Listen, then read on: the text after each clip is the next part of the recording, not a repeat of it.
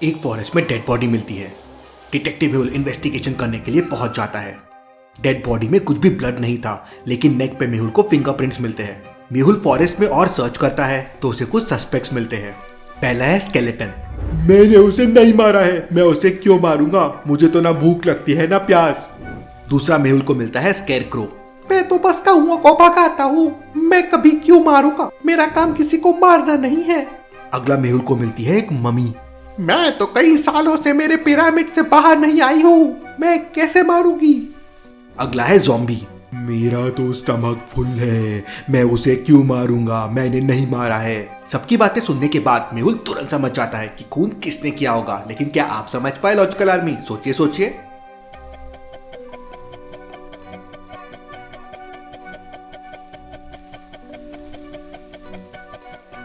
Dead body के गले में फिंगरप्रिंट्स है। अब इन चारों में सिर्फ ज़ॉम्बी ही ऐसा है जिसके फिंगरप्रिंट्स आ सकते हैं, मतलब वो ज़ॉम्बी ही है। मेहुल उसे पकड़ लेता है। चलिए अगली पहेली देखते हैं। रमन के स्कूल में आज फोटोग्राफी का कंपटीशन था। उसे जीतने के लिए वो कुछ भी कर सकता था, तो उसने गूगल से कुछ फोटोज निकाले, उनको मिक्स किया और एक प्यारी सी फोटो बना ली और वो फोटो को ले जाके कंपटीशन के लिए सबमिट कर दिया।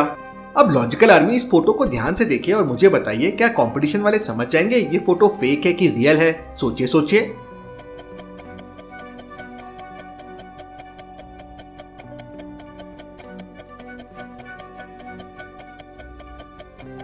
वो इजीली समझ जाएंगे कि ये फोटो फेक है। फोटो में देखिए दो सन दिख रहे हैं।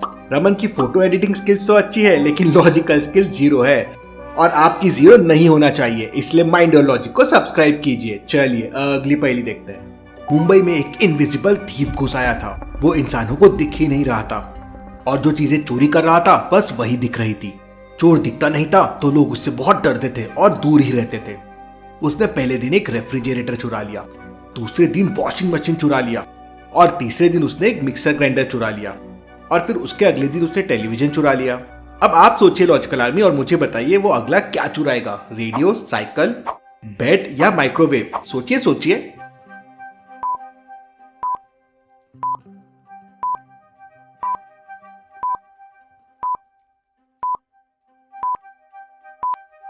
अगर आपने ऑब्जर्व किया होगा तो ऑल्टरनेट डेज पे वो किचन की चीजें चुरा रहा है। फर्स्ट डे उसने रेफ्रिजरेटर चुराया था और तीसरे दिन मिक्सर ग्राइंडर, तो अब वो माइक्रोवेव चुराएगा। था ना ये मस्त? चलिए अगली पहेली देखते हैं। एक दिन ऐना के हस्बैंड की डेथ हो जाती है। ऐना तुरंत इंस्पेक्टर पैम को बुला लेती है। पैम क्राइम सीन पे पहुंच जाता है। वो सारी डिटेल्स को ध्यान से देखता है। ऐना उसे बताती है, मैं आज सुबह से बहुत अपसेट थी। मेरा हस्बैंड दिन भर खाता है, तो मैंने उसे आज डाइट पे रखा था और सिर्फ एप्पल्स दिए थे और मैं ऑफिस चले गई। शाम को जब मैं ऑफिस से आई तो मेरे हस्बैंड मर चुके थे और एप्पल वैसे के वैसे रखे हैं। फिर पैम मेट से पूछता है तो मेट कहती है, सर मुझे तो गार्डनर पे डाउट है, उसकी नियत सर के पैसों पे थी, उसने ही मारा होगा।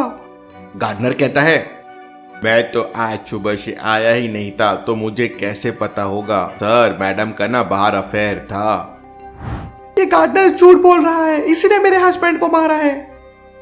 सबकी बातें सुनने के बाद पैम तुरंत समझ जाता है कि मर्डर किसने किया होगा। लेकिन क्या आप समझ पाए लॉजिकल आर्मी मर्डर किसने किया होगा?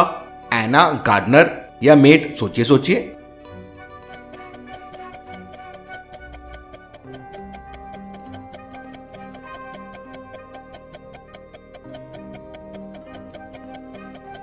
मेट और सना दोनों ने मिल के मारा है।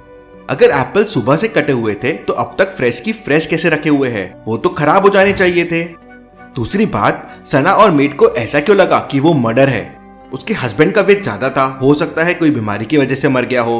ना पैम ने बताया ना कोई रिपोर्ट्स आई कि वो मर्डर है।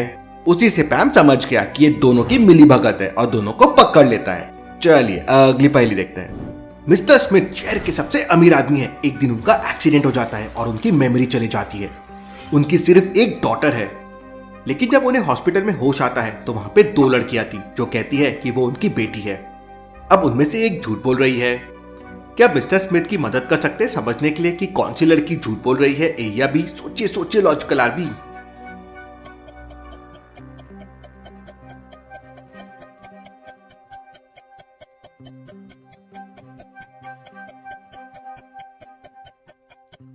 लड़की बी मिस्टर स्मिथ की असली डॉटर है। अगर आपने ध्यान से देखा होगा तो उनके बाजू में एक फोटो लगी हुई है जो उनकी डॉटर के साथ है।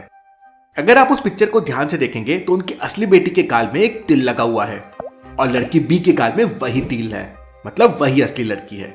चलिए अब अगली पहेली देखते हैं। सिंड्रेला का शू म्यूजियम से चोरी हो गया था। पूरे शहर में ये न्यूज फैल गई थी। अथॉरिटी ने डिटेक्टिव मेहुल और इंस्पेक्टर जॉर्ज को इन्वेस्टिगेशन करने के लिए बुला लिया। रॉबरी के दिन बहुत सारे लोग म्यूजियम में आए थे और कोई भी क्लू नहीं था और चोर का कोई भी क्लू म्यूजियम में मौजूद नहीं था। मेहुल चोरी के दिन के फुटेजेस को ध्यान से देखता है और 2 फुटेज पे उसका ध्यान जाता है और वो समझ जाता है कि चोर कौन है। क्या आप इन दोनों पिक्चर्स को देख के बता सकते हैं चोर कौन है? सोचिए सोचिए लॉजिकल आर्मी।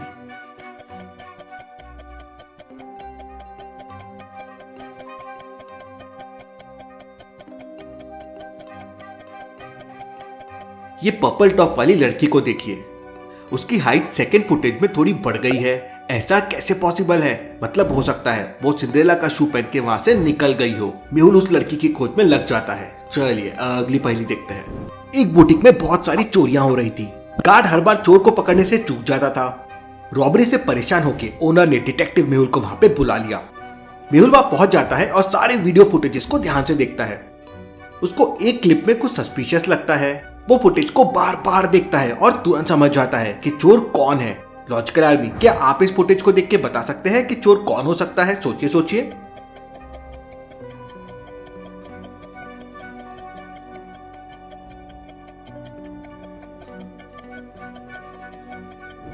चलिए इसका आंसर देखते हैं। गर्ल सी थीफ है। जब वो अंदर गई थी तो उसके हाथ में 2 ड्रेसेस थे और जब वो बाहर आई तो उसके हाथ में एक ही ड्रेस है। और ध्यान से देखिए उसने ड्रेस अपने कपड़ों के नीचे पहन लिया है और टैग बाहर पड़ा हुआ है। पथेटिक। चलिए अगली पहेली देखते हैं। मंडे मॉर्निंग को एलिसिया का मर्डर हो जाता है। डिटेक्टिव मेहुल को कॉल किया जाता है। वो क्राइम सीन पे पहुंच जाता है। मर्डर वेपन सामने ही मिल जाता है। Interesting, very very interesting. चाकू से खून किया गया है। चाकू पे फिंगरप्रिंट्स भी थे, लेकिन उस वक्त घर पे कोई भी नहीं था जब खून हुआ। तो मेहुल एलिसिया की पास्ट लाइफ को जानने की कोशिश करता है। उसको समझता है कि एलिसिया के बहुत सारे अफेयर थे और उसने बहुत से लड़कों को धोखा दिया था। नाइफ पे जो फिंगरप्रिंट्स मिले थे वो ये है और ये है उसके 5 बॉयफ्रेंड्स के फिंगरप्रिंट्स। फिंगरप्रिंट्स को ध्यान से ऑब्जर्व कीजिए और मुझे बताइए कि ये फिंगरप्रिंट कौन से बॉयफ्रेंड का हो सकता है। सोचिए सोचिए लॉजिकल आर्मी।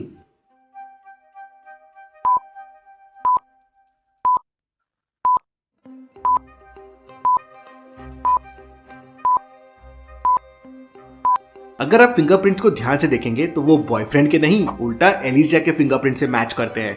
मतलब ये मर्डर नहीं, ये सुसाइड था। चलिए अगली पहेली देखते हैं। साइमन की कार एक्सीडेंट में डेथ हो जाती है। इंस्पेक्टर रॉन तुरंत क्राइम सीन पे पहुंच जाता है। लगता है एक्सीडेंट हुआ है।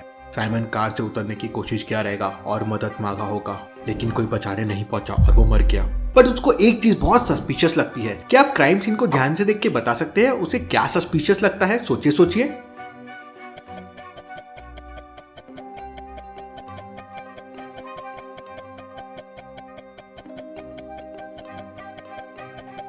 ध्यान से देखिए, साइमन की राइट हाथ में प्लास्टर लगा हुआ है और कार की चाबियां भी उसके राइट पॉकेट में रखी हुई है। ऐसा कैसे पॉसिबल है? और दूसरी बात, एक्सीडेंट होने के बाद वो चाबियां क्यों निकालेगा? इसलिए उसे कुछ सस्पिशियस लगता है। चलिए अगली पहेली देखते हैं। डिटेक्टिव मेहुल एक क्रिमिनल का पीछा कर रहा था। दौड़ते दौड़ते क्रिमिनल एक कैसल के अंदर घुस जाता है। मेहुल भी उसको फॉलो करता हुआ कैसल के अंदर चला जाता है। जैसे ही मेहुल अंदर घुसता है तो वहां पे उसे एक बॉम्ब दिखता है और बॉम्ब के बाजू में उसे एक लकड़ी और एक रोप भी मिलती है। मेहुल सबको उठा लेता है और कैसल में उस क्रिमिनल को ढूंढने लगता है। मेहुल को ढूंढते ढूंढते सामने 3 दरवाजे दिखाई देते हैं। पहले डोर के पीछे आग है। मेहुल अगर उसमें गया तो जल जाएगा। दूसरे डोर के पीछे आयरन रॉड्स है जिनको पार करना मुमकिन नहीं है और तीसरे डोर के पीछे आइस की वॉल है जिसका पिघलना मुश्किल है। तो सोचिए लॉजिकल आर्मी और मुझे बताइए मेहुल कौन सा डोर ले सकता है? सोचिए सोचिए।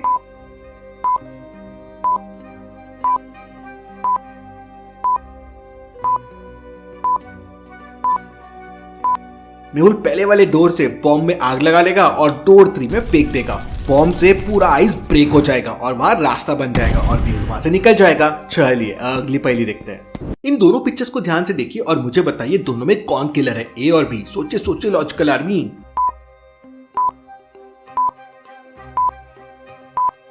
अगर आप ध्यान से देखेंगे तो बी वाले के पॉकेट पे नाइफ रखा हुआ है और उस पे खून लगा हुआ है, मतलब वही किलर है। ऐसी और पहेलियों के लिए जल्दी से चैनल को सब्सक्राइब कर लीजिए। Thank you.